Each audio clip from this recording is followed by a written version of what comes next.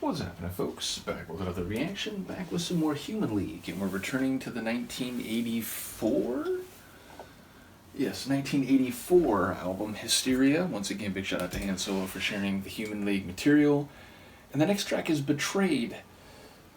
It's a word that characterizes a severe violation of trust, and whether that betrayal is intentional slash deliberate or unwitting or just careless and reckless, it suggests that one person at least feels like they have been done wrong by someone who had committed to being sympathetic, positive, or otherwise supportive. And although, again, that might not be the case from the other person's point of view, it would suggest that there has been a breach in what at least was seen as an acceptable dynamic or relationship. So I wonder who's been betrayed. I wonder whether both parties will acknowledge it in that regard, or whether it is the perspective of the one who feels wronged and the other one feels like maybe they haven't done anything to warrant that description. I wonder whether this will be in the context of a romantic relationship or perhaps something more broad. Either way, it's a sync word title. They tend to be tough to get a read on, but there's a negative intensity that comes from the word betrayed. So let's see what I can pick up on a first listen. The track is Betrayed by the Human League from their 1984 album Hysteria.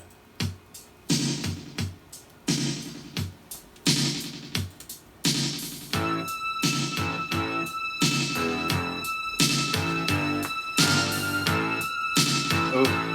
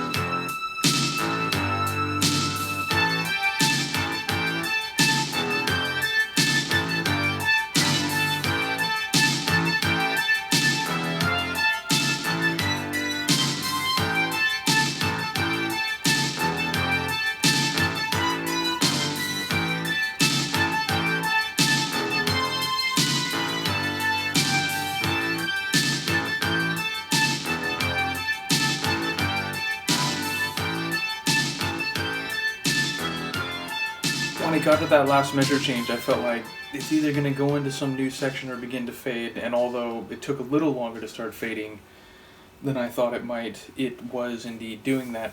So yeah, like sonically, I really enjoyed the opening. There's that heavy, deep bass with a bit of menace, and then almost like this horror style, like score music, again, sort of like an organ, but played in a way that creates tension and makes you feel uneasy. Now, when it got busier and there were these like different keyboard lines, it took me a little bit to warm up to it, although that interlude where it became like an instrumental section in between the verses or slash choruses, I really enjoyed that, and that sort of brought me around. So the back half of the track sonically hit me better than it did in the, like, once we got like 15-20% in, where I was sort of like, it's kind of all over the place. But by the end, I enjoyed the sonics. Lyrically, I think it was a bigger scale than I was estimating, and perhaps it would not be out of place on the Luxury Gap Heaven 17 album, meaning it sounds like we're talking like 80s economics and politics, the idea of like profit over environment, the idea of, selling out people at the time for short-term gains and for productivity and development, and the idea of, we don't even remember what it's like for a tree to be around, and that there's no relief from the sky, there's no lucky star that we can wish upon to reverse these trends of industrialization to the point of human suffering and, like a bottoming out of opportunities and health and safety for people on the lower rungs of the ladder. So maybe I'm overreading this, but it feels sort of like a socio-political / economic commentary on the mid-'80s, which again, whether you're here in the States with Reagan or over in the UK with Thatcher, it feels like there are a lot of 80s like synth-pop tunes that, even if sometimes obliquely, address this, like, yes, people are making lots of money, but maybe, on a longer term timeline, we're not doing it in a way that's sustainable or in a way that'll be conducive to the health of the majority. So it feels like there's some of that happening here, and talking about, again, the degradation of the environment and the inability to stop these large-scale forces of capital and political power and so on. So, again, maybe there's some lines in there that I'm reading beyond the scope of what's actually on the page, but that's what it hit me as, and as I said, given the little bit that I've heard from the Luxury Gap in Heaven 17, it wouldn't feel out of place there. Vocals, I enjoyed a couple moments where they got very echoed, but it felt also like a, not his biggest performance, and we didn't really hear the ladies here, so it feels a bit different than some of the stuff that they've done, or that Oki was doing in the period after the Dare album, where it seems to shift notably. In any case, yeah, it's a cool tune, one that, again, it took me a little bit to warm up to sonically, but by the end I did enjoy it. So ultimately curious to hear what people have to say about this one. Let me know, and I will see you next time. Peace.